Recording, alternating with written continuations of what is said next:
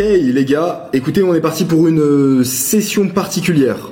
On va review le jeu d'Arnaud. Arnaud qui était notre monteur et qui n'est plus notre monteur. Donc la mauvaise nouvelle c'est que on n'a plus de vidéo YouTube et c'est la fin. La bonne nouvelle c'est que maintenant, eh bien, il va se lancer pour Work, développer ses compétences et ça c'est stylé. Donc évidemment l'objectif c'est de l'aider, de l'accompagner là-dedans. Il m'a envoyé plein de mains.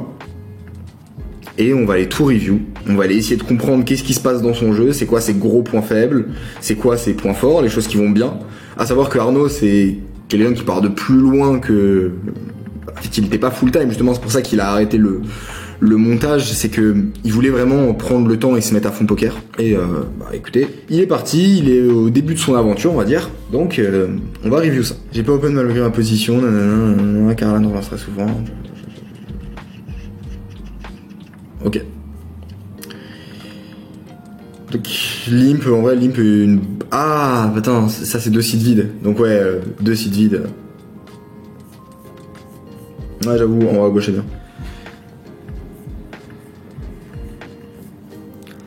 Donc ok, 2 sites vides, faut vraiment pour le coup open, surtout s'il y a un dégène qui limp. Genre on a juste trop de value à l'ISO.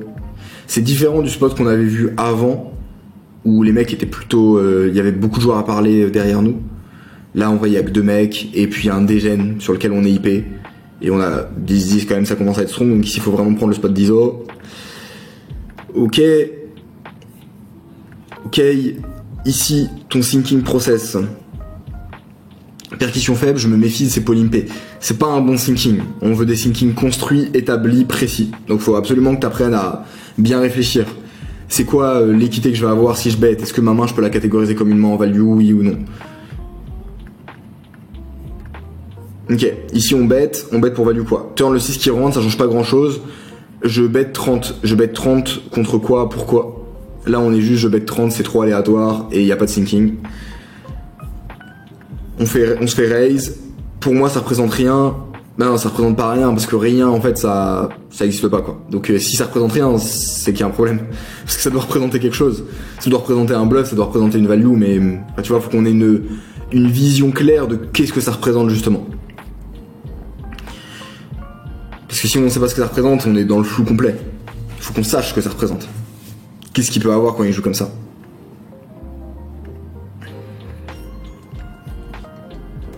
La plus belle, je check dans l'optique de lui faire prendre le bluff. Car dur de lui prendre quelque chose ici. Ok.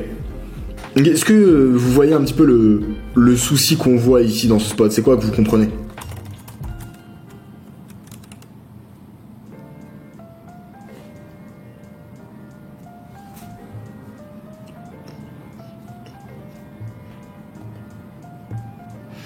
Ouais, c'est ça, c'est qu'il y a un vrai manque de thinking.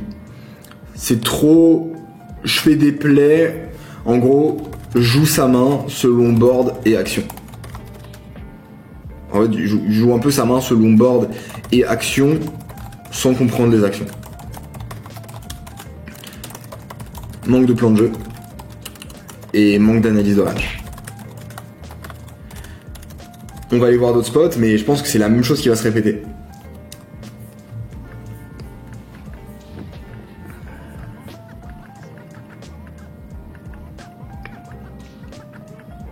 Ok, on ISO ici, ok, multi-way, boum. Là, faut catégoriser la range, toujours la première étape, hein, c'est... On va toujours catégoriser la range qu'on a en face, donc on va voir si ça a été fait ici.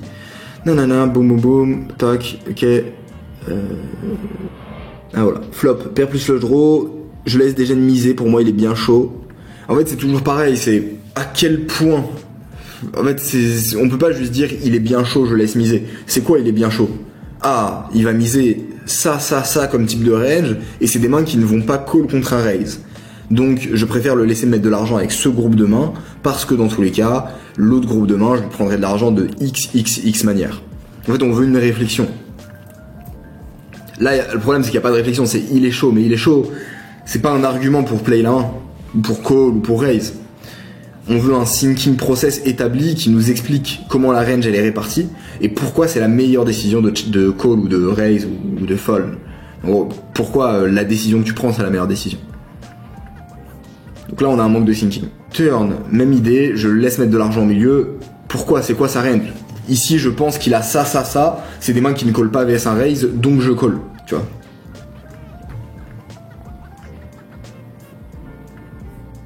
La plus belle pour moi.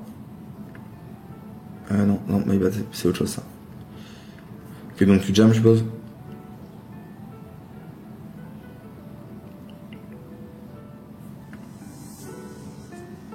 Assassin.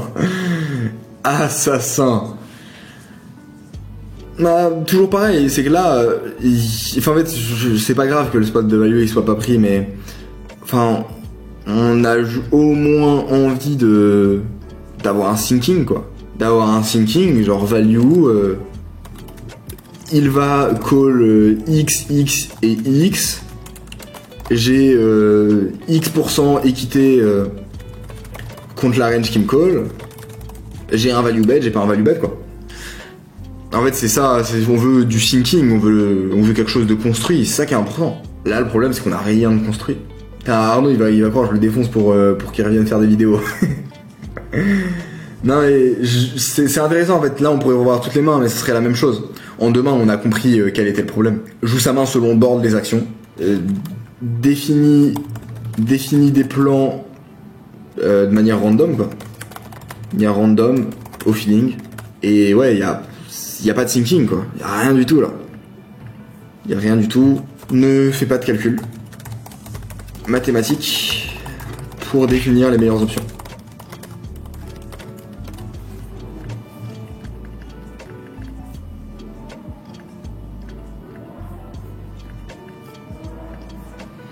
On peut aller en revoir une dernière.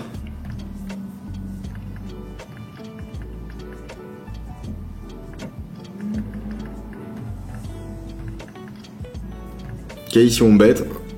Bien chaud d'avoir le thinking. Je peux représenter le roi, ils ont peu de droit dans leur range. Attends. Ça c'est...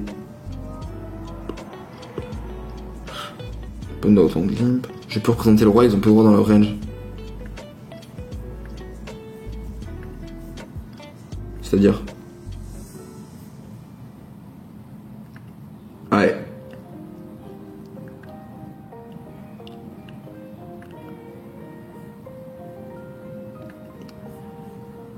Yes, effectivement. Donc il va falloir vraiment bosser les thinkings, se poser sur les spots, réfléchir et reprendre en fait une structure de réflexion de A à Z qui est cohérente, qui est construite et qui nous permet de voir c'est quoi l'objectif de notre main et de respecter en fait les règles qui sont enseignées tu vois dans la all-in team. Donc reprendre les choses à la base et faire ça propre. Là ça va être trop important. Trop important. Ouais, du coup finalement on bluff mais on value. Ouais, en fait moi tu sais c'est pas enfin le play je m'en fous du play quoi. Le play peut-être qu'il est bon, peut-être qu'il est pas bon, peut-être que j'aurais fait le même, mais ce qui compte c'est en fait vraiment le thinking quoi. Parce que là les thinkings ils sont trop claqués, il y a rien qui a du sens. Donc ouais, il va falloir taper du contenu, regarder les bases, méthode de l'entonnoir, RAO et reconstruire un thinking process de A à Z. C'est ça le plan. Est-ce que c'est clair pour tout le monde ce qu'on a vu là? Let's go! Arnaud, reconstruis tes thinking, refais tout bien, tout propre, tape du contenu théorique, et ensuite on se review ça.